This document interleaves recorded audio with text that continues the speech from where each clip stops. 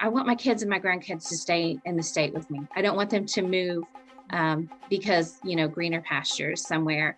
And to do that, I need to make sure that they are safe and they have jobs that have benefits and they have schools they can send their kids to. And so that's why I do it.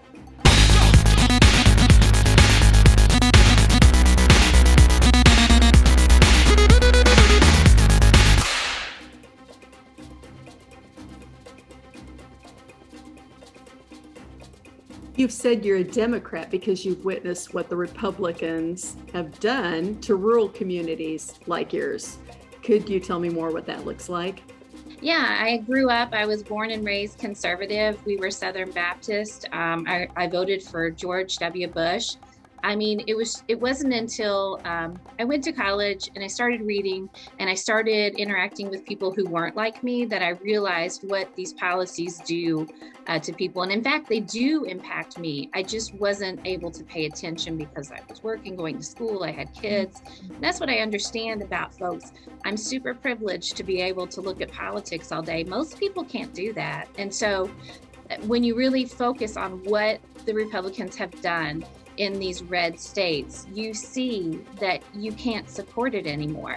I love Stacey Abrams. She said one time, the Republicans sort of coalesce behind, one ideology, and then there's everyone else. And we fall under the Democratic umbrella. And, it goes all the way from socialists to moderate Dems. There's this huge umbrella that we're all under. But I'm very progressive. More progressive than Joe Biden. I was an Elizabeth Warren fan. I know you were a Pete fan and I enjoyed him too. But at least we have Biden in office now. Thank goodness, right?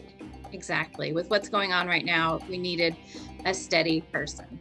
So tell us about the $1.9 billion that the legislature finally passed for schools. So Missouri was the very last state in the nation to go ahead and put through our COVID funds that came from the federal government. So we had almost $2 billion sitting for months, and they wouldn't release it because they can't get their act together, frankly, in Jeff City. The House Republicans fight, but the Senate Republicans are really where the buck stops. They will not pass anything. They've said over and over again that until they get their way, they're not going to pass a bill. They did pass this one, but it was held up. And I promise you, this is insanity. And it would be funny if it weren't so tragic. It was held up for days by a senator who was upset he couldn't wear overalls on the Senate floor. And he had an absolute tantrum and a meltdown. And so we have a conservative caucus of 7 conservative, ultra, extremists that are fighting against their own party, the more moderate Republicans. I can't differentiate between the Onion and the St. Louis Post sometimes because it just sounds so unbelievable that these headlines couldn't be true, but they are. We have Senate Bill 666, aptly named because it stands your ground, but if you shoot someone, you are presumed fearful of that person, and the person is dead.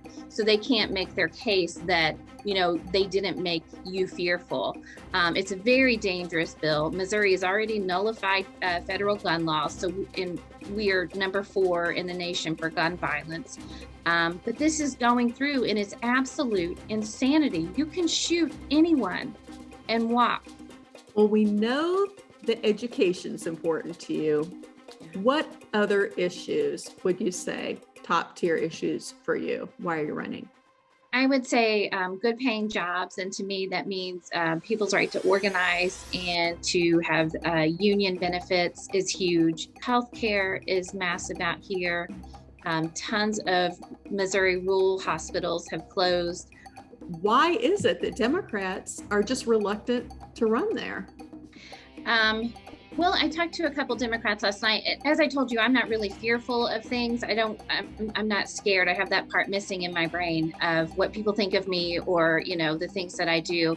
But it is scary to a lot of people because we're perceived as different. Sometimes we're perceived as evil if people are, have gone far enough down that right-wing rabbit hole.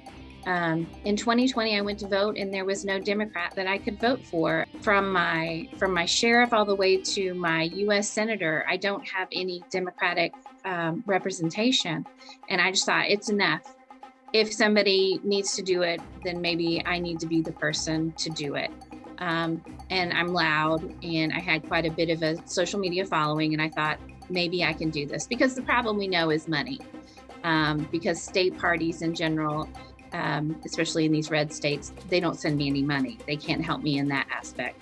So you're always behind trying to raise money, especially when there are people who can, dump $50,000, $100,000 into my opponent's, war chest. But in 2020, there were 50 seats that went uncontested in Missouri. There's only 168, and 50 were uncontested, and they went to Republicans.